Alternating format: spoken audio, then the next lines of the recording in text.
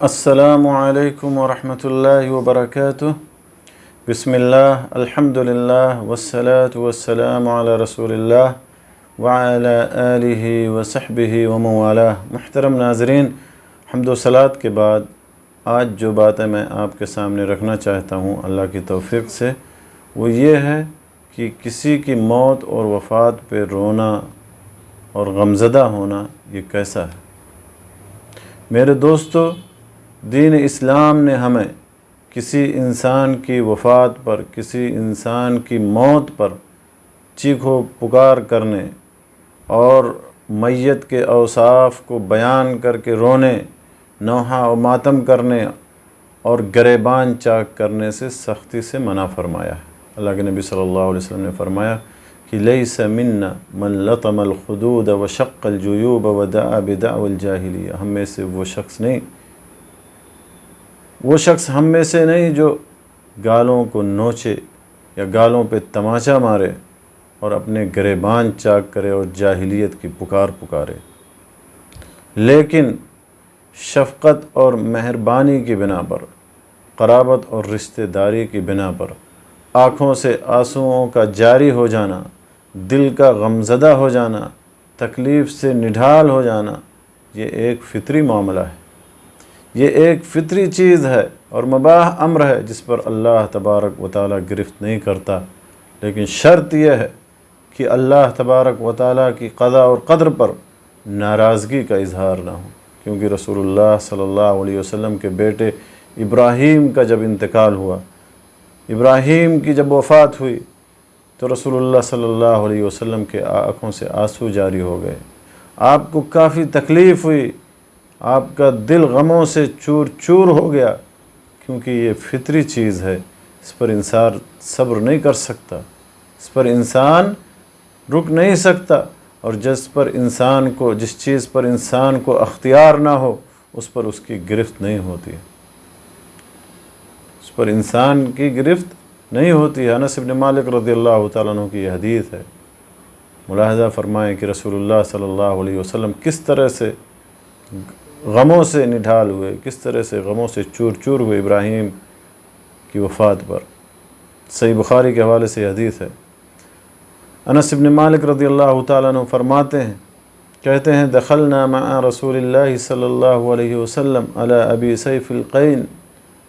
وكان ذئرا لإبراهيم عليه السلام فأخذ رسول الله صلى الله عليه وسلم إبراهيم فقبله وشمه، ثم دخلنا عليه بعد ذلك وإبراهيم يجود بنفسه فجعلت عينا رسول الله صلى الله عليه وسلم تذرفان إلى آخر الحديث۔ انس بن مالک رضی اللہ تعالیٰ عنہ بیان فرماتے ہیں کہ ہم رسول اللہ صلی اللہ علیہ وسلم کے ساتھ ابو سیف لوہار کے ہاں گئے۔ یہ ابراہیم یعنی رسول اللہ صلی اللہ علیہ وسلم کے بیٹے کو دودھ پلانے والی عورت کے خاوند تھے، ان کے شوہر تھے۔ آپ صلی اللہ علیہ وسلم نے ابراہیم کو گود میں لیا اور پیار کیا اور سونگھا۔ صحابی کہتے ہیں، انس بن مالک رضی اللہ تعالیٰ عنہ فرماتے ہیں کہ ہم ان کے ہاں پھر گئے، دوبارہ گئے، دیکھا کہ اس وقت ابراہیم دم توڑ رہے تھے۔ آپ صلی اللہ علیہ وسلم کے صاحبزادے، آپ کے بیٹے لخت جگر دم توڑ رہے تھے ابراہیم، تو رسول اللہ صلی اللہ علیہ وسلم کی آنکھیں آنسوؤں سے بھر آئیں۔ عبد الرحمن ابن عوف رضی اللہ تعالیٰ عنہ نے دیکھا تو بول پڑے کہ یا رسول اللہ، اور آپ بھی لوگوں کی طرح بے صبری کرنے لگے۔ تو آپ صلی اللہ علیہ وسلم نے فرمایا ابن عوف، یہ بے صبری نہیں ہے، یہ تو رحمت ہے۔ پھر آپ صلی اللہ علیہ وسلم دوبارہ روئے اور فرمایا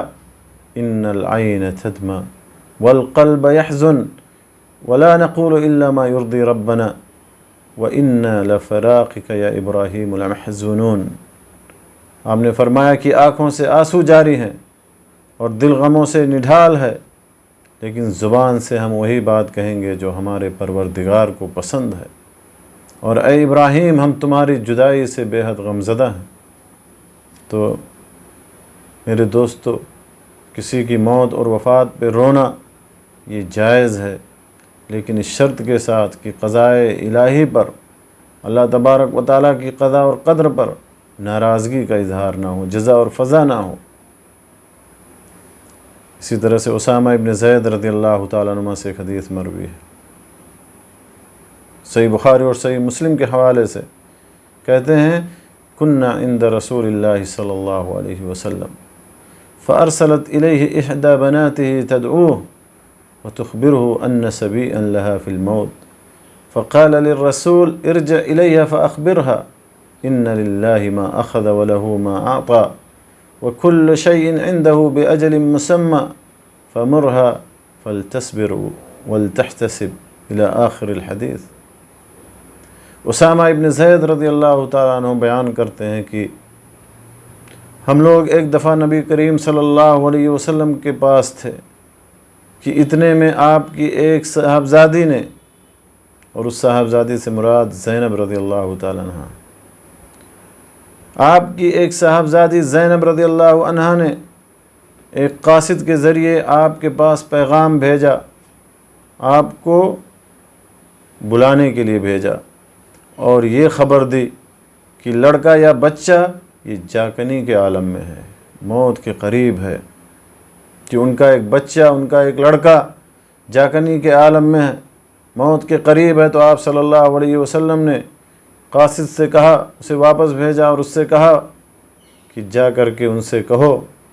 کہ ان للہ ما اخذ وله ما اعطى وكل شيء عنده باجل مسمى، کہ جا کر کے ان سے کہہ دو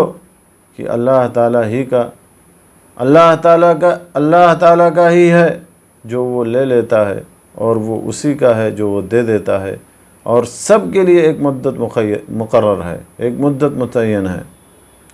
ان کو یہ بھی حکم دو کہ وہ صبر کریں اور اللہ سے ثواب کی امید رکھیں۔ وہ خبر لانے والا پھر دوبارہ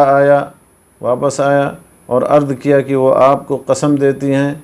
کہ آپ ضرور تشریف لائیں۔ انہوں نے قسم کھا لیا ہے کہ آپ ضرور تشریف لائیں۔ لہذا آپ صلی اللہ علیہ وسلم اٹھے اور آپ کے ساتھ سعد بن عبادہ اور معاذ بن جبل رضی اللہ تعالیٰ عنہما بھی چل پڑے۔ اسامہ ابن زید کہتے ہیں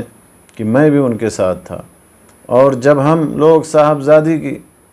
زینب کے گھر میں داخل ہوئے تو بچے کو آپ کی طرف اٹھایا گیا۔ اس وقت بچے کا سانس اکھڑ رہا تھا، جاکنی کا عالم تھا، گویا وہ پرانے مشکیزے میں کھنکھناتا تھا، یعنی پرانے مشکیزے کی طرح سے کھنکھناتا تھا۔ تو آپ صلی اللہ علیہ وسلم کی مبارک آنکھیں یہ دیکھ کر رونے لگیں۔ تو سعد بن عبادہ رضی اللہ تعالیٰ عنہ نے عرض کیا کہ اللہ کے رسول یہ کیا ہے؟ تو آپ نے فرمایا کہ یہ رحمت ہے، اللہ تعالیٰ اپنے بندوں میں سے جسے چاہتا ہے عطا فرماتا ہے، اور اللہ اپنے بندوں میں سے رحم کرنے والوں پر ہی رحم کھاتا ہے یا رحم کرتا ہے۔ اللہ کے نبی صلی اللہ علیہ وسلم نے یہ پیغام دیا کہ هذه رحمہ جعلها اللہ تعالی فی قلوب عبادہ وانما یرحم اللہ من عبادہ الرحماء متفق علیہ، کہ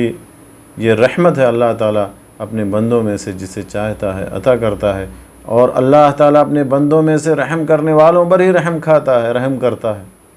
اس حدیث کو امام بخاری اور امام مسلم نے اپنی اپنی صحیح میں روایت کیا۔ تو میرے دوستو، ان احادیث سے آپ اندازہ لگائیں کہ رسول اللہ صلی اللہ علیہ وسلم کس قدر شفیق اور نرم دل تھے، اور کس طرح سے کسی کی موت اور وفات پر رونا، آنسوؤں کا جاری ہونا، تکلیف سے نڈال ہونا، یہ ایک فطری معاملہ ہے اور یہ جائز اور مباح ہے، کیونکہ موت اور وفات پر غمزدہ ہونا، آنسوؤں کا نکلنا، یہ میرے دوستو فطری چیز ہے، یہ جائز اور مباح ہے۔ البتہ جزا فضا کرنا، ناراضگی کا اظہار کرنا، چیخ و پکار کرنا، اور اسی طرح سے نوحہ اور ماتم کرنا، گریبان چاک کرنا، بال نوچنا، بدن کو زخمی کرنا، یہ سارے جاہلیت کے امور ہیں جن سے اللہ کے رسول صلی اللہ علیہ وسلم نے سختی کے ساتھ منع فرمایا ہے۔ لہذا ہمیں ان باتوں کو جاننا چاہیے اور سمجھنا چاہیے، اور ہمیں ان پر عمل کرنے کی کوشش کرنی چاہیے۔ اللہ تعالیٰ سے دعا ہے کہ اللہ تعالیٰ ہمیں ان باتوں کو جاننے، سننے، سمجھنے کے بعد اللہ ہمیں ان پر عمل کرنے کی توفیق بخشے۔ آمین۔ وآخر دعوانا ان الحمد للہ رب العالمین۔ وصلی اللہ علی نبینا محمد وعلی آلہ وصحبہ اجمعین.